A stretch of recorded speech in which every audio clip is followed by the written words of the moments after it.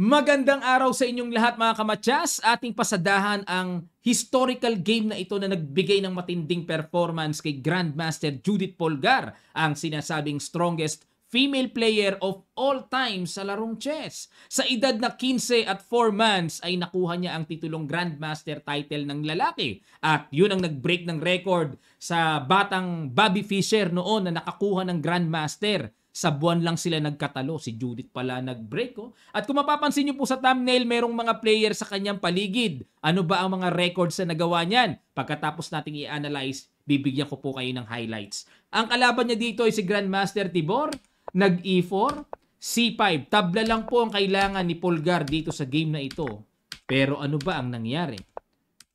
Ayan, bata pa lang si Polgar. Sicilian player na pala talaga siya. Nag-F4, B5, Bishop D3, Bishop B7, Queen F3, Knight F6, Bishop E3, develop lang. Knight C6, Castle Queenside at nag-B4. Nagpasimula si Judith na ma-pressure sa Queenside. Knight E2, Knight A5 at nag-G4. Siyempre hindi rin papahuli si GM. Bobomba rin sa Kingside. At nag-D5, E5, Knight D7, King B1, Knight C4 ang tapang ng tirada. Bishop C1, nag-Castle Queenside. Ayun, diyan nagkatalo ano? Kasi ang latest game na itinira noong araw ay Queen B6, 1993. Pero itong tinira ni Polgar na Castle Queenside, 1991. O, 2 taon lang ang diferensya. Nag-H4, Knight C5, B3, paalis sa Knight. Pumasok, Knight A3 check, King A1 umilag kasi kung kakapturin po yan ay magkakaroon ng nakakatakot na butas ng dark squares dyan. Baka makapasok pa Reyna dyan later on. Kaya nag-King A1 lang at nag-F6. Gusto ni Polgar na palambutin ng strong E5 center. Nag-C3, capture, capture at nag-Knight C4. Bumalik si Polgar. Tapang ah. Kinapture. Ang gulo na laban. Ang gulo. Teka muna mga kamatyas, no? Bago tayo pumunta dyan sa Knight takes E6, siguradong mapapatanong kayo, Coach, ano mangyayari pag kinapture yan? Balik sacrifice na yan. Kakapturein, magkakaroon po ng strong discovered attack sa Queen. At saan pupunta yan? Nakahang din ang Bishop. Nakahang ang Torre. Nako. Wala na, no? Madaling, ang daming po pwedeng gawin ng block na magandang tira. Kaya nag-Knight takes E6, Knight takes E5, threat muna Queen, Queen G3, Knight takes E6 at nag-Bishop F5, pinin, nag-King B8 lang, capture. Ba, ganda ng laban nila. Capture, Knight takes D4. Ang gulo ng laban, no? Rook F1 at nag-Bishop to B4. Kasi kung kakapturein, may capture sa Torre at makukuha din naman ang Knight sa E5. Kaya nag-Bishop B4 muna. Knight A4, Rook E8, paalis sa Bishop, Bishop F5, nag-Bishop C6, ayun, para tagpasin yan. Bishop B2, bilang protection na rin sa dangerous dark square diagonal, nag-G6, paalis sa Bishop, umatras, nagka-atras-atrasan na mga pyesa, kinapture na, at nag-Bishop to C3. Takes, nag-Queen to Queen na. Okay, tabla lang kailangan, siguro sa posisyon na to. Naisip ni Polgar, okay, GM na ako. Diba? Kasi nawala na Queen eh. Anytime may mga draw-draw na siya eh. Pero tingnan natin kung papayag ba ng ganung kadali si GM. Capture, Rook B4, Rook C4, palit-palit, nag-A3, palit, Rook C4, atake sa pawn, nag-H5, nag-A5. Ay, oo. Hindi pwedeng capturein. Mamamatyas. Rook takes A4. Kinapture muna. Takes King A2. Ay, yun lang. Yun lang. At sinimplihan lang po ng King B6. At dito ay sumuko na si GM Tolnay Tibor. Nagbunga ang pagod ng kanyang magulang, yung kanyang daddy, no? Talagang grabe raw ka expert mag-training sa kanyang 3 anak. Ano yun eh, Sophia, Susan, Judith. Ang una naging grandmaster si Susan. Ayan, pero sumunod si Judith at naka-break pa ng record ni Bobby Fischer. Si Sophia, ang alam ko po, IM lang ang nakuhang titulo eh.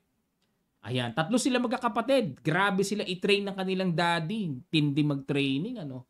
Ayan, at si Bobby Fischer po, Naging grandmaster, pumutok sa buong mundo yan. Wala nakakakuha noong araw na ganong kabata. Pero ginawa yon ni Bobby Fischer. Ang dami pong record ni Bobby Fischer na break. At si Meow Meow, ayan, may na-break na ba si Meow Meow? Wala pa. Kabilang lang sa mga batang nakakuha ng international master title ng lalaki at the age of 14. Ayan. Isang taon pa para ma-break niya si Judith. At si Alice Lee, unang nag-IM yan kay Meow Meow. 14 years old din. Ang matindi si Hu Yifan. At the age of 14, nakuha niya talaga ang titulo ng Grandmaster title ng lalaki. Siya naka-break ng record ni Polgar. Si Hu Yifan, mga kamatsas. At kung di ako nagkakamali, siya rin ang youngest world women champion. Maraming na-break si Hu Yifan. Pero nasa na ba siya ngayon? Si Ju Wenjun ang nakakuha ngayon. Kababayan niya ang naghahawak ng titulo ng world title ngayon. Sana makabalik din si Hu Yifan. Pero hindi makakalimutan po ang achievement na nagawa ni Judith Polgar. Talagang sa haba ng panahon, puro men's division ang sinasalihan niya. Minsan merong isang Olympiad noon na ayaw silang payagan, puro magkakapatid. Ayaw silang payagan sa men's division. Gusto maglaro sa men's division. Ang sabi ng FIDE noon, hindi, sa women's kayo. Sa women's kayo. Pinaglaro si Polgar sa women's. Ay grabe, isa lang ang nakatabla. Wipe out lahat. At siya at si Polgar ang gold medalist. Wipe out lahat. Pinaglaro nyo sa women's division Gusto nga maglaro sa lalaki 'Di ba? Grabe. Kamuntik ng maging world champion sa pangkalahatan 'yan si Judith. Kaya nga siya ang strongest female of all time sa paglalaro ng chess. Ganong katindi yan si Judith. Okay, sana po may natutunan kayo. At sa mga women player natin dito sa Pilipinas, ma-inspired po kayo. Patuloy lang kayong mag-training. Si Judith Polgar, 5 to 6 hours nagtitraining araw-araw nung bata. Talagang nasabing na-obsessed daw talaga sa chess si Judith. At isa sa mga trademark niya yung grabe makatitig parang si Mikhail Tal. Grabe makatitig sa kalaban. Nakakatakot daw, nakakatunaw daw tumitig si Polgar. Noong araw, ganun pala katindi yan. Di ba? At siya rin ang kauna-unahang babae na nakatalo ng world number 1. Kasi tinalo na niya si Kasparov, naka-score na yun Naka-score na kay Anandian. Antindi. Ngayon po ay isa siyang professional commentator at advisor, coach, trainer.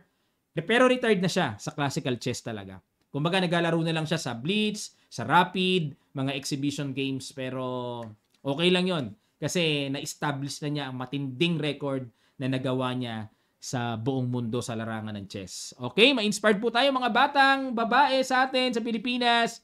Be like Judith Polgar, Hu Yifan, Meow Meow, Alice Lee. Kaya natin yan, ha? Kayang-kaya natin yan. Maraming salamat. Magkita-kita pa tayo sa mga susunod pang videos.